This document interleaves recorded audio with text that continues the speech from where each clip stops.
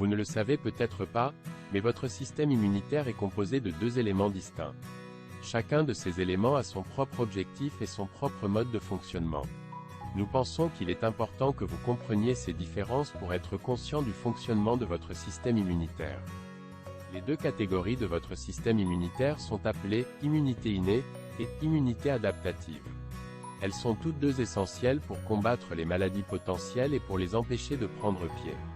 Il est très important que vous compreniez leur fonctionnement afin de savoir comment votre système immunitaire vous protège des maladies. Votre première ligne de défense est votre immunité innée. Elle empêche les agents pathogènes de se frayer un chemin dans votre corps. Votre immunité innée ne s'attaque pas à un type particulier d'agents pathogènes. Souvent, l'immunité innée est de nature non spécifique, car elle cible tout ce qu'elle découvre dans votre corps et qui ne devrait pas s'y trouver, plutôt que de poursuivre un type spécifique d'agent pathogène. Deux parties importantes de votre immunité innée que vous connaissez bien sont votre peau et vos cheveux. Votre peau est vitale car elle constitue une barrière entre votre corps et le monde extérieur.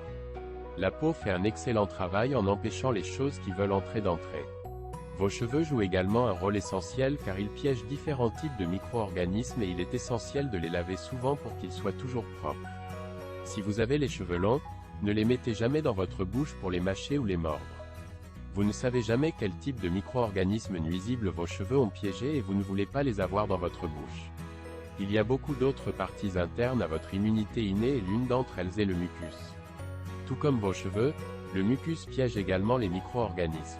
Il piège les bactéries nocives avant qu'elles n'atteignent votre système respiratoire. C'est grâce au mucus que vous toussez avant de tomber malade. Vous disposez d'un certain nombre de cellules qui tentent d'éliminer tout corps étranger qui, selon elles, ne devrait pas se trouver là. Votre immunité adaptative fonctionne d'une manière différente, en ce sens qu'elle réagit à la découverte d'une menace qui a déjà commencé à devenir un problème pour vous. Cet élément de votre système immunitaire se spécialise dans l'élimination des maladies en utilisant diverses méthodes.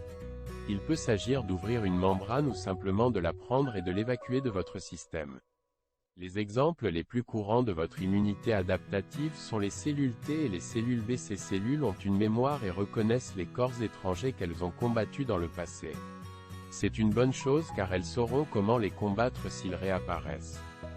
Lorsque ces cellules voient une menace, elles essaient de l'identifier afin de savoir quoi faire pour l'éliminer. Likez, abonnez-vous et activez la notification pour ne rien manquer.